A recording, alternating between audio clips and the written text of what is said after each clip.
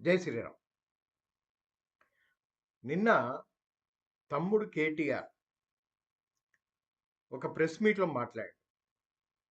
ఎందుకంటే ఆ సబ్జెక్ట్ అంతా నాకు సంబంధించిన సబ్జెక్ట్ కాబట్టికే మాట్లాడదామని ఈ వీ ఈ వీడియో ప్రతి మాటకు ఆయన మాట్లాడిన ప్రతి మాటకు మనం కౌంటర్ ఎయ్యాలి. లేకపోతే ఈ కల్వకుంట్ల ఫ్యామిలీ అనేది అబద్ధాలు ఎలా తీయగా చెప్పగలుగుతారు. తేనె పూసిన కత్తులు వీళ్ళు. ఈ కల్వకుంట్ల ఫ్యామిలీ. ఒకసారి ఆ వీడియో చూడండి. చూసినాక దానికి నీకు మనం ప్రతి మాటకు ప్రతి ఏవైతే ఉన్నదో వాటికి చిన్న చిన్న సబ్జెక్టులుగా మనం కౌంటర్ పెడదాం. ఏవియేషన్ రంగంలో జరుగుతున్నది ఒక ఉదాహరణ మీకు. గత 5 రోజులుగా మొత్తం ఎయిర్పోర్ట్లన్నీ రైల్వే స్టేషన్లు బస్ స్టాండ్ల కంటే అధ్వానం అయిపోయినాయి. ఎక్కడికక్కడ వేలాది మంది తన్నుకుంటాను కొట్టుకుంటాను ఎయిర్పోర్ట్లలో. తెలుసా ఎందుకో? ఇండిగో వాడు మొత్తం బంద్ పెట్టిండు. ఎందుకు బంద్ పెట్టిండు? ఇది గమ్మత్తైన ఉదాహరణ. మీరు చెప్తే అర్థం చేసుకుంటే మీకు అర్థమవుతుంది నేనేం చెప్తున్నాను. సంవత్సరం కిందట సివిల్ ఏవియేషన్ మినిస్ట్రీ కొన్ని రూల్స్ పాస్ చేసింది. ఏమని? శ్రమ దోపిడీ చేయొద్దు, వారానికి ఒక పైలట్ అంటే ఆయన గింతనే నడపాలి, ఇంతకంటే ఎక్కువ నడపద్దు అని చెప్పి సంవత్సరం కింద రూల్స్ పాస్ చేసిండ్రు. సంవత్సరం కిందటనే వాళ్ళు కొన్ని డైరెక్షన్స్ ఇచ్చిండ్రు. DGCA, director general of civil aviation. IndiGo, air India రెండే ఉన్నాయి భారతదేశంలో, ఇంకోటి లేడు.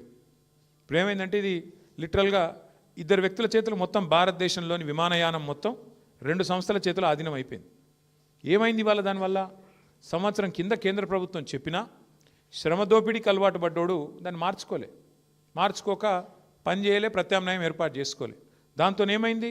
నిన్న ఒక్క రోజు 1000 విమానాలు క్యాన్సిల్ అయినాయి. 1000, ఒకటి కాదు, 2 కాదు. మరి ఏమవుతుంది? ఎయిర్పోర్ట్ బస్ స్టాండ్ అయిపోయింది. వాస్తవం ఇది.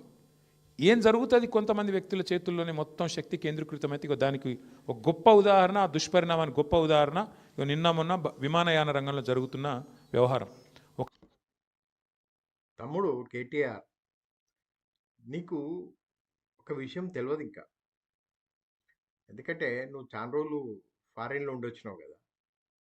ఇంతకుముందుకు కింగ్ఫిషర్ ఎయిర్లైన్స్ ఉండేది, జెట్ ఎయిర్వేస్ ఉండేది, దక్కన్ ఎయిర్వేస్ ఉండేది. ఆ సంస్థలు మూతపడ్డాయి వివిధ కారణాల వల్ల. ఇంకోటి మేనేజ్మెంట్ ప్రాబ్లం వల్ల స్పైస్ జెట్ అనే కంపెనీ ఉంది ఇంకా ఎగ్జిస్టెన్స్లో. కాకపోతే వల్ల విమానాలు తగ్గించుకున్నారు. ఆ సంస్థ లాభాల్లో లేదు అని చెప్పేసి.